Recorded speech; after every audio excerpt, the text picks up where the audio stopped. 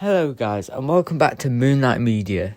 Today we'll be doing a March in review, or a MIR if you want to call it that, where I talk about the biggest things I've seen or watched or read in March. There'll be things like How to Make a Killing, War Machine, The Hobbit, Invincible maybe, and many more. And so let's get started. So let's start off with War Machine. I'm not a big war film guy, so I just stuck this on in the background. The first 30 minutes I thought was way too long. I get it was a montage of him training, 81 training, but I thought it could have been a lot shorter and maybe like a 10-minute scene. I felt like it was long and a bit boring for the first part of the film. I think having that just wasn't very hooking, honestly. But then the film takes a massive turn and becomes an interesting sci-fi film. I think Alan Richardson, I think that's how you say his name, he was really good. I thought his acting really carried the movie. Usually in war films, it's not really about the characters, it's more about the story. But I think in this film, the characters really, build the movie. Like I said, he gives an emotional performance, and honestly, he might be one of my favourite performances of the year so far. I know it's a bit early to say that, but so far, I think from what I've seen, he gives a really good performance. I think the visuals are really good for a Netflix film. They tend to be a bit low budget and quite grounded, but this film was quite stunning, honestly. I think the scene with the mech was really good. And the film really became intriguing towards the end. That's all I've really got to say about this film. It's really good.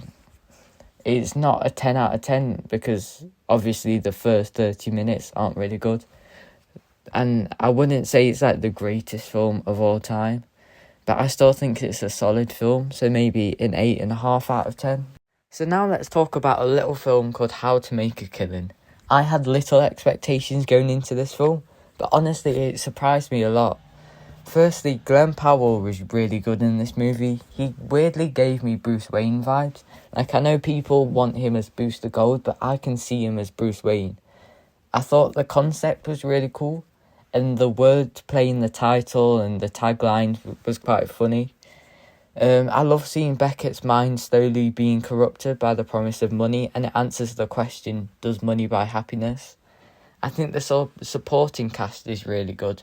Ruth is kind of like the purest character in the film, and is trying to help Beckett become a good person. I like the final battle with Whitelaw, I think that's his name. I guess that he was going to try and kill Beckett, but it was honestly a really good scene, and I love his previous training coming back. I thought that really solidified and rounded up the film in a good way. But my favourite part of the film was Julia, I think that's her name. She always popped up in Beckett's life when he thought his life was going well, and I thought that was pretty cool. Like, whenever he smiled or showed happiness, you knew that she was going to pop in at one point. I thought she was very manipulative and extorted him throughout the movie. I was honestly shocked at the ending. I didn't expect everything to be under her control. I thought that was a really cool twist, and I don't know many people who guessed that. My only issue is that at times the film can be messy and very full, sometimes resulting in rushed characters or characters being underdeveloped.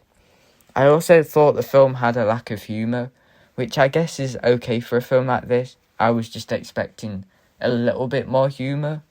Overall, this film is really good. Again, maybe an 8.5 out of 10. Now let's talk about another movie.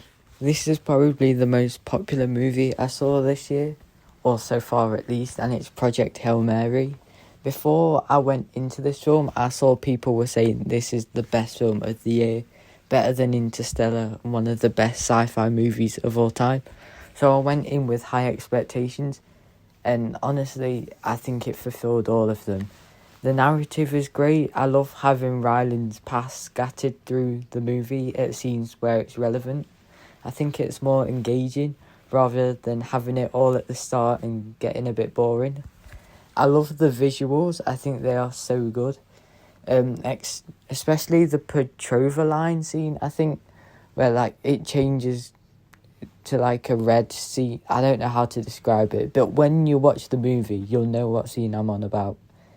I think the score really elevates every scene, and is honestly one of the best scores I've heard in quite a long time.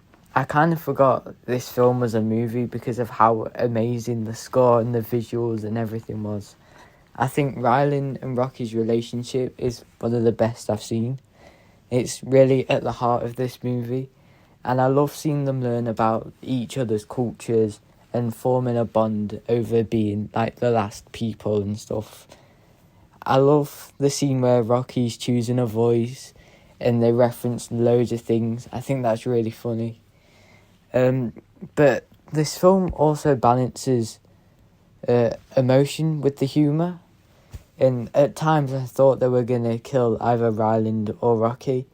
I was praying they weren't going to kill Rocky, but it felt really unpredictable. But like I said earlier, the film balances humour and emotion really, really, really well. And I struggle to describe what I felt watching this movie. There are a few words that can really describe what you feel. And honestly, one of the best films I've seen in the past 5 years. And yeah, this could be on track for the best film of 2026. Honestly, a solid film and a 10 out of 10. And now for a show. I'm going to be talking about Ted Season 2. I literally just watched Season 1 a few months ago, and so it was kind of still fresh in my mind when I was watching it. And I think this season's even better. I think the characters are hilarious and better this season than the last. Not saying in the last season they weren't good. I just find them better in this season. I think they all had standout moments, and honestly, just all of them were amazing. I think the continuity between seasons was really nice. When I'm watching a show, I'd like to see continuity and past events being referenced. I think that's always nice to see. And I like how the final of this season was like a sequel to the final of last season.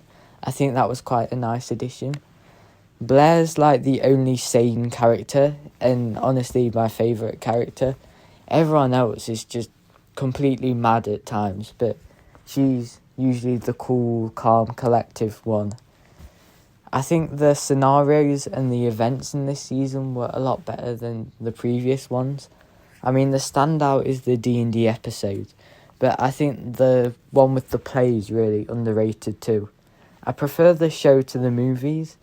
I don't know if that's controversial or not, but I really do enjoy the show more than the movies. And I think young John Bennett is funnier than when he's older. I think this is a great addition to the Ted franchise, and I'm sad it's not getting a season 3. And again, this show's a 10 out of 10. So I was debating if I should include this project because it's only halfway done, but I thought this is a perfect time to talk about my thoughts so far, and that is Invincible Season 4. Invincible Season 3 was my favourite show of last year, and so I had high hopes going into this. And so here are my thoughts. I'm going episode by episode because the whole season's not been released, so this isn't really an overview, it's more like an episode breakdown. So I like the exposition in the first episode and how we kind of see what's changed in the world. I think that was quite nice. It was also nice to see Universa. I've not read the comics, but I know of Universa, and I'd love to see her in here. And I thought her fight was really good. I'm not a big fan of the Russ Livingston stories with like the sequids or something like that. I find that kind of boring. But I thought this season handled it really well. I thought the stakes were quite high, and I did not expect Invincible to straight up kill him. But it's nice to see Mark isn't holding back, and I love seeing him struggle with thinking that he's becoming like his dad, especially after what Cecil did to him last season. Episode 2 was even better. I love seeing Alan and Nolan. I love seeing their plot. I'd love to see Battle Beast again. Those three are my favourite trio in the whole show. And I just love seeing them go to different planets and different worlds and exploring civilizations. I also loved the Viltrum exposition, and just seeing the backstory of it was really nice. It was nice to learn a bit more about Nolan. Like, obviously, we saw a bit of his backstory in season 1, and we got a little bit more in every season. But this episode really is the most we know about Nolan, and I think that was really nice to see. And then we get on to episode 3, and this is where we slowly go downhill. I think it's a bit forgettable. I mean, I didn't really like the crime boss stuff in season 3, and I thought this one wasn't great. But luckily they do balance it out with the Flaxons, which is nice, because I think if it was only the crime boss stuff, I would have found the episode worse. I thought the fights were really good in it.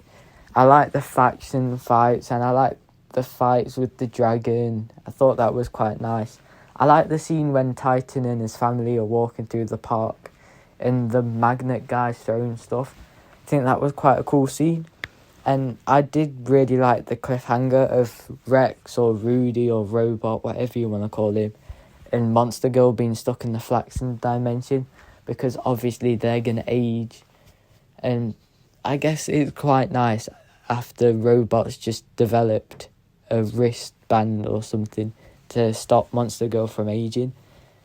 And then episode 4, which I watched a few hours ago now that I'm filming it, and I thought it was quite boring, honestly. It felt like filler. I don't think it really added anything to the existing story or arc. The fights are really good. I mean, they are throughout the whole show. The fights are good in this episode, and I think they kind of carry it. It was nice to see the mummy guy, I don't know his name, but it was nice to see him coming back as a running gag every single season. But apart from that, episode 4, quite forgettable, and honestly the worst episode of Invincible so far. Throughout the whole season so far, the animation is alright.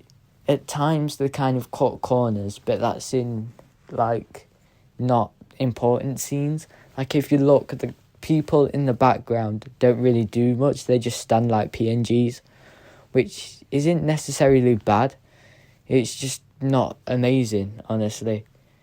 I feel like the season hasn't really gone anywhere. Like, it's had individual stories, but I feel like we're halfway through the season, and I don't really feel like we've gone anywhere. I guess with, like, the coalition, the planet coalition thing with Omni-Man and Alan, I like that. I think that's the only thing that's really stuck between episodes, that and Mark's arc. But I feel like we're not really in the season. It feels like we've only seen 2 episodes and we're just building up to it. And I'm not a big fan of that, honestly. I think if it doesn't get any better, this is going to be the worst Invincible season.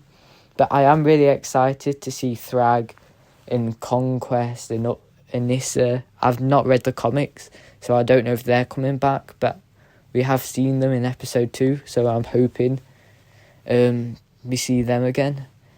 So far, I think the season's maybe a 7 out of 10. It's not amazing. It's not up to Invincible standard that we know, but it's not the worst thing in the world. It's just average, really. And so that concludes my March in review. I've watched quite a lot, I think. Well, compared to others, not a lot, but for me, I think I've watched quite a lot. A lot of new things. I mean, I've read The Hobbit, which I've been wanting to do for ages, and I might start doing these months in review, because I've got so many ideas or just like movie stuff I want to talk about, but I just can't find a way to put it in a video. So this is a nice, just putting bunch of reviews together in a way that makes sense. Coming up soon, I'll be talking about the whole of Invincible Season 4. I'll be doing a phase 2 review. And then there'll be some little reviews here and there. If I carry on how I'm going, by I think May or June, I'll finish The Hobbit, all of the Lord of the Rings, and the Silmarillion. So I might do like a Middle Earth book ranking as well. But that's gonna end it for today's video.